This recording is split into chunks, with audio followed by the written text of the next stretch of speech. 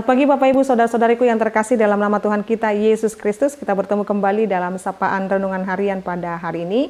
Mari kita berdoa. Kasih karunia Tuhan kita Yesus Kristus, kasih dari Allah Bapa dan persekutuan Roh Kudus, itulah kiranya menyertai kamu. Amin. Renungan harian untuk kita pada hari ini yaitu yang tertulis dalam Efesus 5 ayat 15 sampai 16. Karena itu perhatikanlah dengan seksama bagaimana kamu hidup.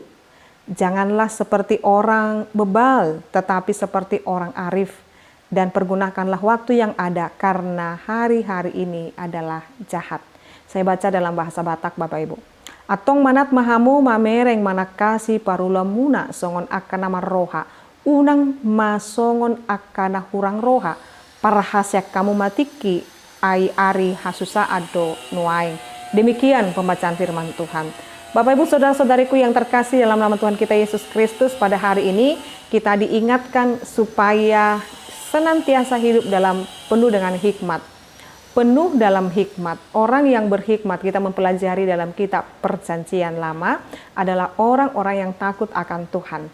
Orang-orang yang mendahulukan Tuhan dalam setiap kehidupannya. Orang-orang yang terus bersekutu dengan Tuhan. Kita harus memiliki hikmat di sepanjang kehidupan kita ini. Karena apa Bapak Ibu? Karena ketika kita tidak memiliki hikmat, kita tidak akan mampu atau tidak bisa memakai waktu yang Tuhan berikan.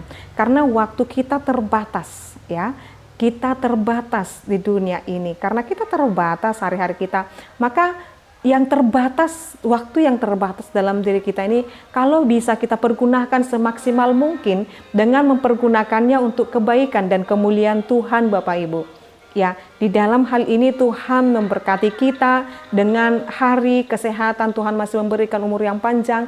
Kita boleh tiba pada hari ke-12 di bulan Februari ini. Kita telah masuk pada bulan kedua di tahun 2025 ini. Hari-hari kita semakin cepat sekali berlalu. Itu menunjukkan kita akan semakin menua. Itu pasti Bapak Ibu. Sekarang ketika kita semakin menua, pertanyaan dan perenungannya adalah apakah kita semakin berhikmat dalam hidup kita ini. Oleh karena itu, kita di dalam hikmat yang diberikan Tuhan kepada kita, kita diminta untuk memperhatikan dengan seksama bagaimana kita hidup. Apakah kita lebih cenderung kepada lebih melakukan hal yang kita sukai atau Tuhan sukai? Ini harus kita telisik dalam kehidupan kita masing-masing. Di dalam kehidupan kita Bapak Ibu, lebih cenderungkah saya lebih memuaskan keinginan saya atau daripada memuliakan Tuhan dalam hidup saya ini? Maka dikatakan perhatikanlah hidupmu dengan seksama. Bagaimana kamu hidup? Apakah kita hidup di dalam hedon, di dalam kebohongan, atau di dalam ketidakjujuran dalam kehidupan kita? Ada sesuatu hal yang tidak kita hidup serumah tetapi kita saling tidak ada percaya, tidak ada saling kasih di dalam hidup kita.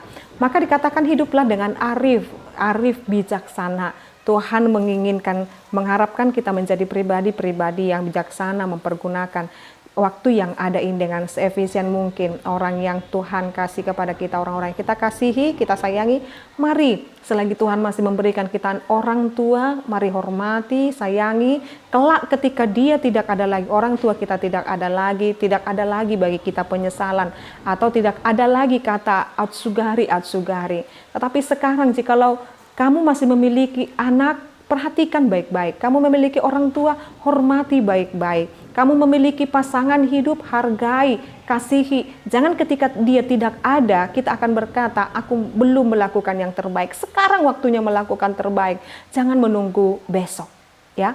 Sekarang Tuhan berikan kita kesempatan, sekarang juga kita melakukan kebaikan. Kita memiliki tetangga, kita memiliki hamba Tuhan. Jangan ketika mungkin dia pindah nanti, oh aku belum melakukan yang terbaik begitu.